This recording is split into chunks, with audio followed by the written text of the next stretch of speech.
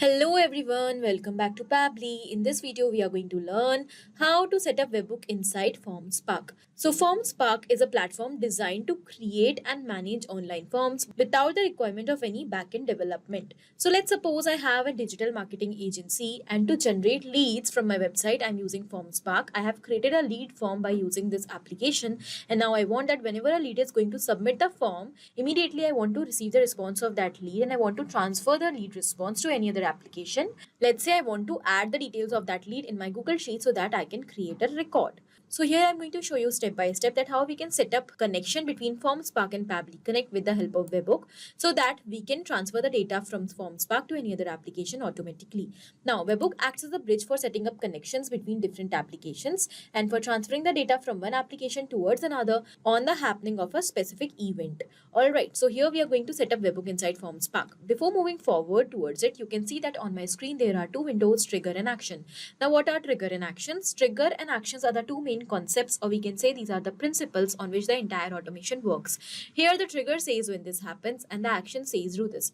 That means the action is the response towards a word trigger. So whatever we are going to select in a word trigger is going to command the entire workflow and the actions are going to follow that same command. Therefore, we can have only one trigger in any workflow, but we can add as many action steps as we want. Now here, let's suppose I want to set up webhook inside FormSpark. So FormSpark will be my trigger and I want to add the details of the lead who are submitting the form from my website in my Google Sheets. So I'm going to add Google Sheets in my action steps. So here we can clearly see that action is following what the trigger commands, because when the trigger happens, that means when the form is submitted in FormSpark, then only the details of the lead will be added in my Google Sheets, otherwise not. So after understanding the whole concept of trigger and action, let us start setting up the connection between FormSpark and Pabbly Connect. For that, we have to go towards our trigger step. Here our trigger application will be FormSpark. So let's select that. Now we have to select the trigger event. Now trigger event is the event on the happening of which the workflow is going to trigger or start. So new submission will be our trigger event over here. As we have selected that, immediately when the submission will be made in FormSpark, the response will be captured inside Pabbly Connect. As we have done that, we have received a webhook URL along with some instructions. So we simply have to follow the instructions given over here carefully and step by step to set up this connection.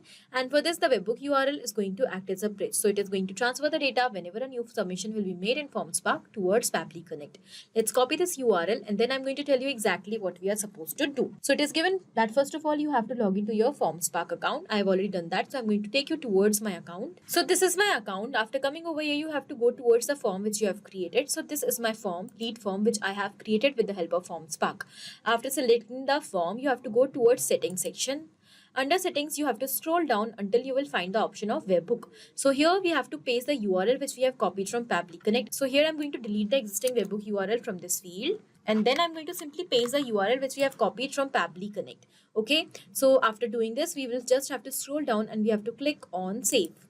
As we have done that, our form is updated and the setup inside FormSpark of the webhook is successful. So now FormSpark is connected with Pabbly Connect. So whenever a form will be submitted in FormSpark, we are going to receive the response. Here you can see that on Pabbly Connect, it is showing waiting for webhook response. This means that now we have to do a test submission. How we are going to do that? By submitting the form which we have created. So this is the lead form which I have created with the help of FormSpark. When I'm going to submit this form, immediately I'm going to receive the response. And because I'm doing a test submission, therefore I'm going to enter some dummy details, okay, just to capture the response in Pabbly Connect. So let us start with the name. Let's say the name of the person or the lead who is submitting this form is test lead. Let's say here the email of this lead is test567@pabblytudes.com. Let's say the phone number of this lead is, okay, and now I'm going to click on send. So here the form is submitted. Now when we are going to go back towards Pabbly Connect and we will wait for the response.